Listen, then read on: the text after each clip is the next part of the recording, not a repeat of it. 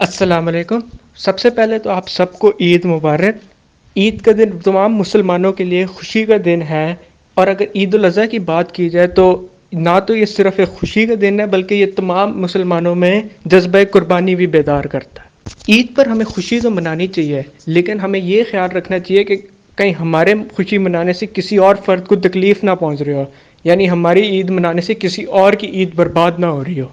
ईद उल अज़हा के बाद ख़ास तौर पे एक चीज़ जो लोगों की तकलीफ़ का बायस बनती है वो अलाइशों का मसला है। यानी जब ईद गुजर जाती है तो सड़कों में और प्लॉटों में जो अलाइशे पड़े होते हैं और गंद वगैरह जो होता है वो लोगों के लिए तकलीफ़ का सबब बनता है। और हम इसी वीडियो में ये बात करेंगे कि इस मसले को हम कैसे ख़त्म कर सकते हैं। सबसे पहले हम ये बात करेंगे कि पाकिस्तान में पहले से कौन सा अलाइशों को ठिकाने लगाने का सिस्टम मौजूद है।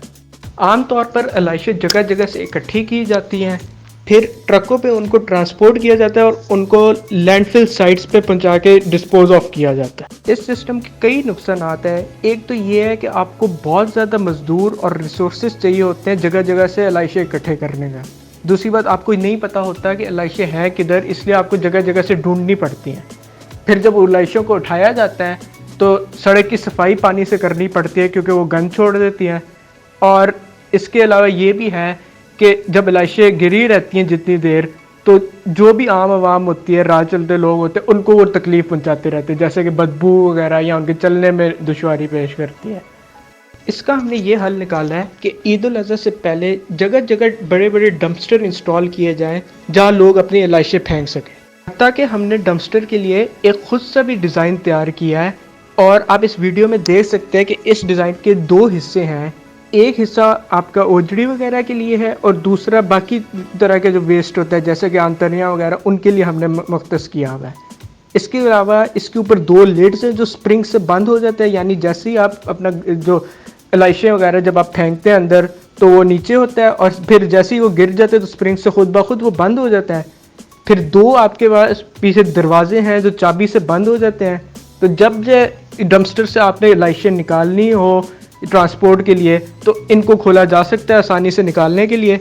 इसके अलावा इसमें आप ये देख सकते हैं कि हमारे डिज़ाइन में हमने 4 फीट भी हमने इसके तैयार किए हैं, जिससे एक तो मेन बॉडी की हिफाजत होगी, आसानी से प्लेस हो सकता है। और इसके अलावा ट्रक वगैरह में अगर इसको लोड करना हो तो वो भी इसको आराम से यहाँ से चेन वगैरह डाल के उठाया जा सकता है। इधर आप जो हमारे डिज़ाइन को जो है मुख्तलिफ एंगल से देख सकते हैं। इस वीडियो से आप हमारे डिज़ाइन को ज़्यादा बेहतर समझ सकते हैं। आप ये देख सकते हैं कि इसकी ये दो लिड्स है, दो सेक्शंस हैं इसके और दो लिड्स है। ये दो पीछे के दरवाजे जहाँ से दोनों सेक्शंस का आप बाद में गन निकाल सकते हैं।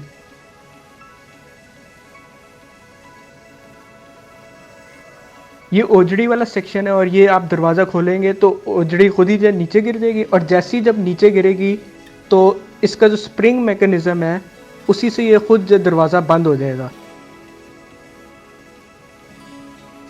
इस तरह दरवाज़ा वापस आके बंद हो जाएगा। दूसरा जो सेक्शन है वो बाकी तरह के गन जैसे आंतरियाँ वगैरह है, जब आप फेंकेंगे तो इस तरह दरवाज़ा खुल जाएगा और इस सेक्शन के अंदर गिर जाएगा और फिर खुद ही जो स्प्रिंग से ये बंद हो जाएगा।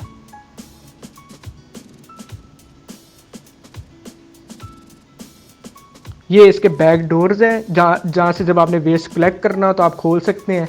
यहाँ से जो दूसरा तरह गन का सेक्शन है और ये ओजड़ी वाला सेक्शन है और जब भी आपने निकालना हो तो आप इसको चाबी से खोल सकते हैं। बाकी आप जो चारों पैर हैं इसके वो भी देख सकते हैं जो डैमेज प्रोटेक्शन के लिए, बॉडी को बचाने के लिए और आपके जो है आसानी से लिफ्ट करने के लिए बनाए गए हैं। तो ये हमारा डिज़ाइन है। अब इस सिस्टम को इम्प्लीमेंट करने से पहले हम कुछ ज़रूरी मालूमात पर गौर करेंगे। अरब न्यूज़ के मुताबिक पाकिस्तान ने 2021 में तकरीबन 90 लाख के करीब जानवर कुर्बान किए। अगर हम ये सोचें कि एक बंदे ने सिर्फ एक जानवर कुर्बान किया तो इसके मुताबिक 4.09% लोगों ने पिछले साल कुर्बानी की। हम अभी ये अज्यूम करते हैं कि हमारा जो डंपस्टर है वो तकरीबन 100 जानवरों के अलाइशे उठा सकता है। तो जितने लोगों ने कुर्बानी पिछले साल की उसके हिसाब से देखा जाए तो हमें तकरीबन 90,000 डंपस्टर्स की ज़रूरत पड़ेगी। पाकिस्तान की अगर आबादी के लिहाज से हम देखें तो हमें तकरीबन एक डंपस्टर चाहिए होगा कोई 2444.4 लोगों के लिए। अब चूंकि ये फिगर ऊपर नीचे ज़रूर हो सकती है, इसलिए सेफ साइड पे होने के लिए हम 2 डंपस्टर्स इस्तेमाल करेंगे तकरीबन 3000 लोगों के लिए।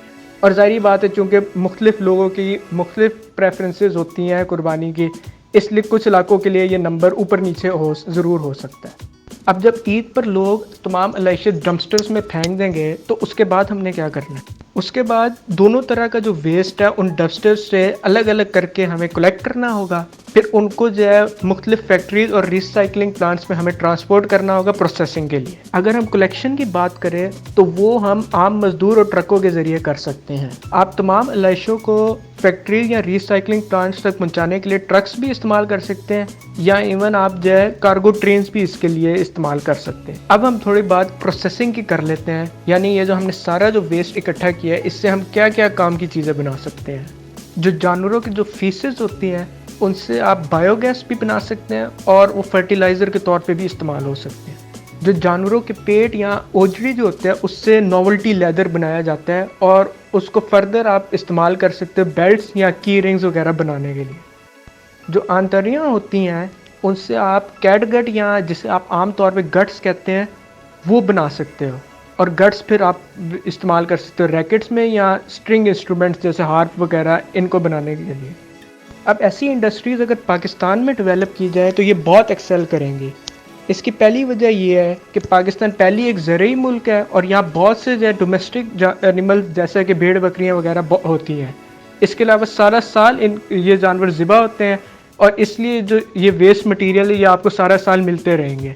इसके अलावा इन वेस्ट मटेरियल की प्रोडक्शन में एक पीक आता है हर साल ईद उल अज़हा पे, और ये इंडस्ट्री सस्टेनेबल इसलिए क्योंकि ये पीक सिर्फ एक दफ़ा नहीं बल्कि हर साल आता है, और जो पाकिस्तानियों के गोश्त खाने की जो आदत है वो तकरीबन सेम ही रहती है हमेशा, और इसलिए इन जानवर चूँकि बार बार ज़िबा होते रहते हैं पूरे साल, तो इसलिए ये वेस्ट प्रोडक्ट ये रॉ मटेरियल्स आपको मिलते रहते हैं जो इन इंडस्ट्रीज़ में काम आ सके। और पाकिस्तान ने भी इस सिचुएशन का भरपूर फ़ायदा उठाया है, और पाकिस्तान में बहुत सारी गट्स की इंडस्ट्रीज़ है जो लाहौर और सियालकोट में है, और जहाँ तक लेदर इंडस्ट्रीज़ की बात करें तो लाहौर सियालकोट के अलावा कराची में भी हैं, और पाकिस्तान इनको मज़ीद डेवलप भी कर सकता है। तो हमारा फाइनल मेथड ये है कि पहले जगह जगह डंपस्टर्स इंस्टॉल किए जाएंगे जहाँ लोग एलाइशे फेंकेंगे, फिर उनसे कलेक्ट किया जाएगी और ट्रक्स और ट्रेन के थ्रू जो है उन्हें ट्रांसपोर्ट किया जाएगा फैक्ट्रीज तक, जहाँ फिर उनकी प्रोसेसिंग होगी और मुख्तलिफ उनसे चीज़ें बनाई जाएंगी। अब हम हुकूमत की और लोगों की जिम्मेदारियों पे बात करेंगे। लोगों की सिर्फ जिम्मेदारी ये है कि उन्होंने एलाइशी इकट्ठी करनी है, उसको सॉर्ट करना है ओजड़ी में और बाकी तरह के गंद में, और फिर उसको डंपस्टर तक पहुंचाना है और सही वाले सेक्शन में फेंकना है।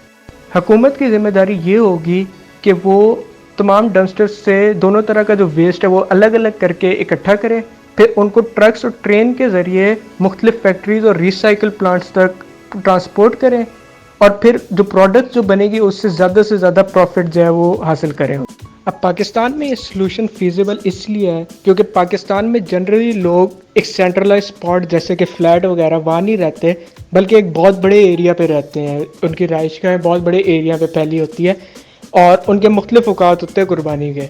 तो इस तरह फीजिबल नहीं हो सकता कि हर जगह से आप कलेक्ट करो एलाइशे और मुख्तलिफ औकात पे कलेक्ट करो। इससे बेहतर ये है कि एक सेंट्रलाइज स्पॉट बनाया जाए जहाँ से ईद के बाद जो है तमाम एलाइशे एक इलाके की कलेक्ट किए जाए।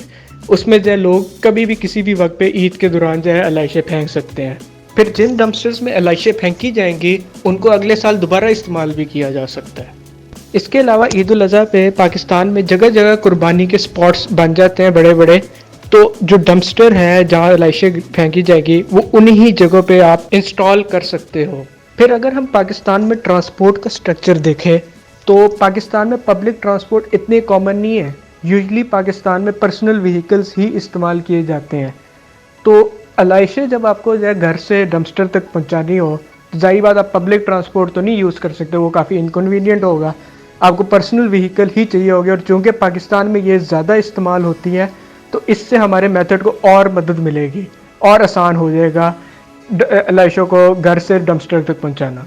फिर आखिरी बात ये भी है कि पाकिस्तान में बहुत सारी ऑनलाइन ट्रांसपोर्ट सर्विसेज काम करती है जिनको मतलब आप जो है मोबाइल के थ्रू बुला सकते हो। तो ईद के 3 दिन इनको बकाया टेम्पोरेरीली ये भी ड्यूटी दी जा सकती है कि वो ये एलाइशे वगैरह घरों से डंपस्टर तक पहुंचाने में काम आए। अगर हम फिजिबिलिटी के बाद फ़वाइद और नुकसानात की बात करें तो इसके फ़वाइद ये है कि इससे जो है बीमारियाँ कम फैलेंगी, फिर आपको जगह जगह एलाइशी नहीं ढूंढनी पड़ेगी, फिर लोग जो है डंपस्टर तक एलाइशी किसी भी वक्त पहुंचा सकते हैं, कोई एक मुकर्ररा वक्त नहीं होगा बल्कि ईद के दौरान किसी भी वक्त पे पहुंचा सकते हैं। और इसका ये भी एक बहुत बड़ा फ़ायदा है कि इससे तमाम लोगों में एक जज्बा ज़िम्मेदारी पैदा होगा कि हमें जो है सिर्फ कुर्बानी नहीं करनी बल्कि बाकियों का भी ख्याल रखना है और लोग मोहल्ले को साफ़ रखना है। फिर इस मेथड के कुछ नुकसानात ये है कि जो डंपस्टर्स हम इस्तेमाल करेंगे इस मेथड के, उनको मुसलसल जगह चाहिए होगी 3 लगातार दिन के लिए। इसके अलावा जो इलाके जहाँ आबादी ज़्यादा है और कुर्बानियाँ ज़्यादा होती हैं, वहाँ इन डंपस्टर्स के करीब ट्रैफिक के भी मसाइल पैदा हो सकते हैं, और किन इलाकों को कितने डंपस्टर चाहिए उसमें थोड़ी बहुत मिसकैलकुलेशन भी हो सकती है। मगर ये मेथड अगर हर साल इम्प्लीमेंट किया जाए तो वक्त के साथ साथ जो इस मेथड में खामी है वो भी आहिस्ता आहिस्ता दूर हो जाएंगी और ये मेथड लोगों के लिए बाइसे रहमत बन जाएगा। एक मरतबा फिर आप सबको ईद मुबारक, और इस ईद पर अपना और अपनों का भरपूर ख्याल रखिएगा। अल्लाह हाफिज़।